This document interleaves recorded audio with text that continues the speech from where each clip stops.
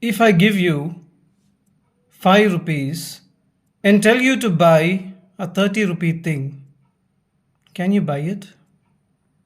You would say it is impossible. Then you would take a loan to purchase it. And after that, you will take a long time to repay it. And you will not know how much loss you have incurred in the process. The thing that you are purchasing for 30 rupees today was worth 10 rupees 10 years ago. At the time, our rupee was valued higher against the dollar. The rupee value has declined by half in the past 10 years. If I tell you that I will give you 5 rupees to buy that thing which costed 10 rupees 10 years ago, will you be able to purchase it? At today's rate, today it costs 30 rupees. And you will need a loan. And you will have to pay it back with interest in many years. And you will lose more money than what you would have lost if you had purchased it 10 years ago. Prices are increasing. Prices of essential commodities have increased in India by 3 times. And the rupee, its value has declined by half. There is a 6-time difference between the things that you bought 10 years ago, the amount you spent 10 years ago, and today. But our government and our politicians want us to believe that the poverty in our country is decreasing. We show numbers that the number of people below our poverty line have decreased in the past 10 years. 10 years ago, the poverty line was set at 30 rupees. At that time, it was almost around $1.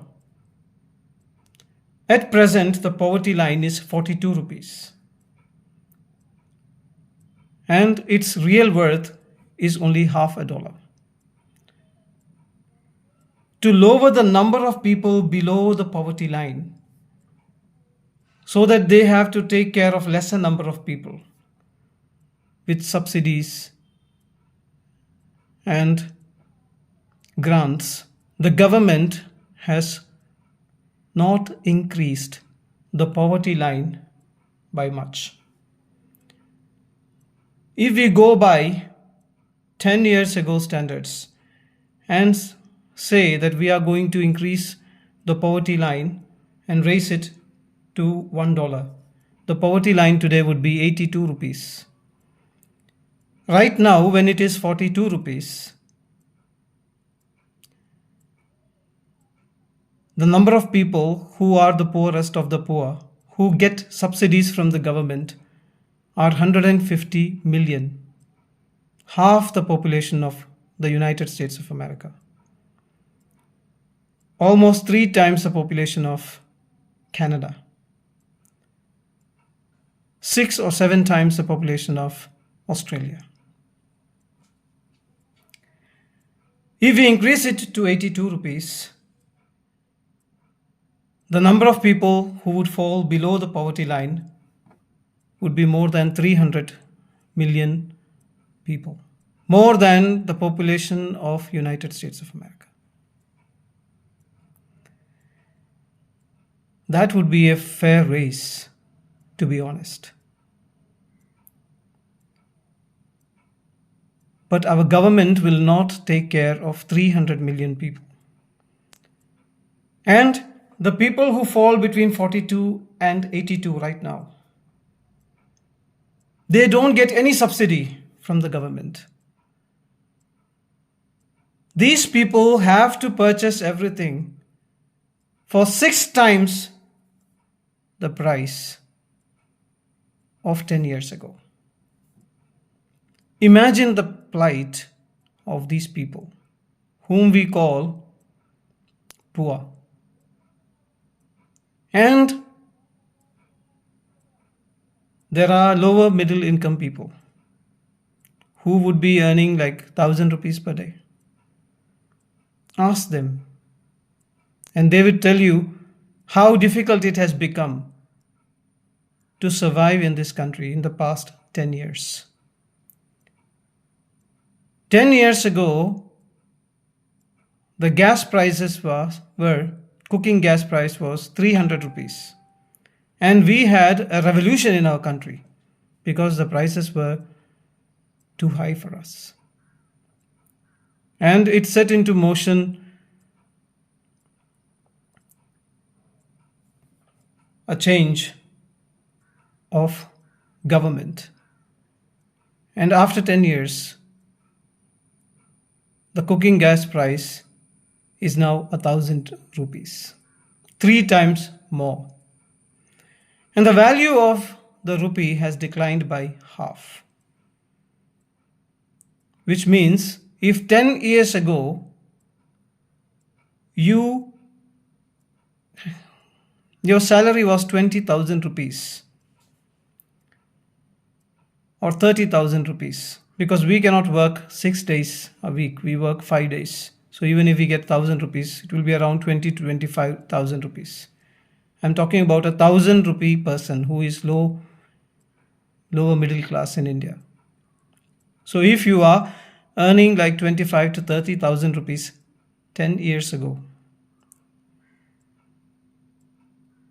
at that time you would manage your house well, reasonably well. But now you need 90,000 rupees going by the price rise. And if you go by the rupee decline, you will need 1,80,000 rupees to live the same kind of life. People cannot lower their living status. It is difficult. But can they earn 6 times more money in 10 years?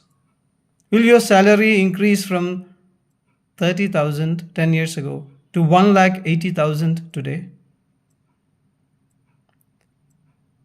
I doubt it. And if you are falling in that bracket of 25,000 today, and 10 years ago also you were in that same bracket,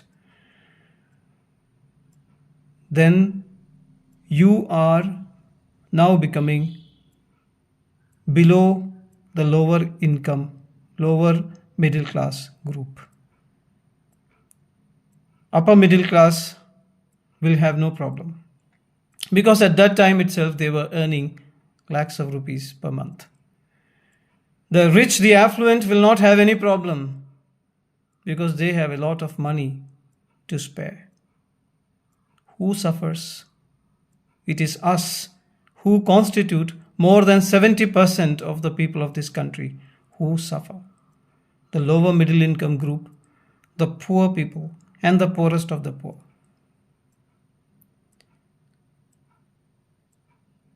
Our politicians eat a dosa. This is like 2016. A 50 rupee dosa, they would eat it for 5 rupees in the air-conditioned Parliament House. And they will talk about what great things they have done for the farmers and for the soldiers. But let me tell you, when our government made the first 5-year plan 80 years ago, the first agenda on the list was farmers. Poverty.